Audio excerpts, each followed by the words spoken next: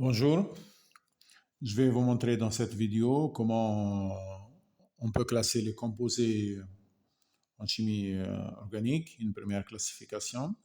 Alors, on peut classer donc les composés organiques en première classification, donc en des composés qui sont avec des chaînes ouvertes et d'autres avec des chaînes fermées. Donc, les composés avec des chaînes ouvertes, on les appelle les composés aliphatiques ou bien alicycliques. Dans ces composés alicycliques, on peut trouver des composés qui sont saturés, tels que CH3, CH3, où il n'y a pas de double liaison, de triple liaison, c'est l'éthane, ou bien CH3O, CH3, qui est le méthoxyméthane, qui est un éther, ou bien CH3, CH2OH, qui est l'éthanol, qui est un alcool. Ou bien on trouve des composés qui sont saturés, comme CH2, CH2 avec une double liaison, qui est l'éthène, ou bien CH, triple liaison CH, qui est l'acétylène. Alors, pour les composés cycliques avec des chaînes fermées, on peut aussi les classer en deux classements, en deux grandes familles. Il y a les composés homocycliques ou carbocycliques. Ce sont des composés dont le cycle ils ne contiennent que des atomes de carbone. Alors, il y a les composés hétérocycliques où dans le cycle, vous trouvez des atomes, par exemple, d'azote ou bien d'oxygène. Alors, les composés homocycliques ou carbocycliques, on peut les classer en composés alicycliques, comme le cyclopropane ou bien le cyclobutène. Donc, ils peuvent être saturés ou insaturés. On peut les classer en composés aussi aromatiques. Je vais revenir sur la définition du composé aromatique.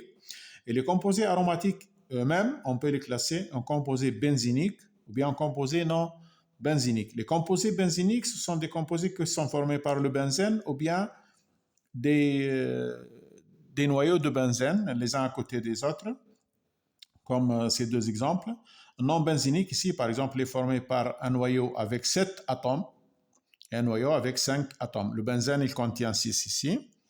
Alors, les composés hétérocycliques, aussi, on les classe en alicyclique, en aromatique. On remplace un atome dans le cycle par un hétéroatome, ici l'oxygène par exemple, ou bien par l'azote ici.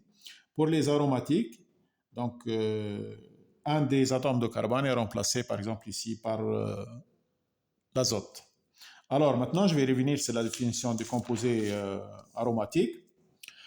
Alors, un composé aromatique, suivant la règle de Wickel, c'est un composé qui contient 4N plus 2 électrons pi. Donc, il contient des doubles liaisons. Si vous comptez le nombre d'électrons pi dans ce composé, vous devez trouver 4N plus 2 avec N qui peut prendre les valeurs 0, 1, 2, 3. Donc, pour N égale à 0, vous avez 2 électrons pi. Pour N égale à 1, vous avez 6 électrons pi. Pour N égale à 2, vous avez 10 électrons pi. Donc, la structure de ce composé doit être plane, doit être totalement conjuguée, c'est-à-dire que vous avez des alternances entre les simples et les doubles liaisons. Les par nature, donc, diamagnétiques.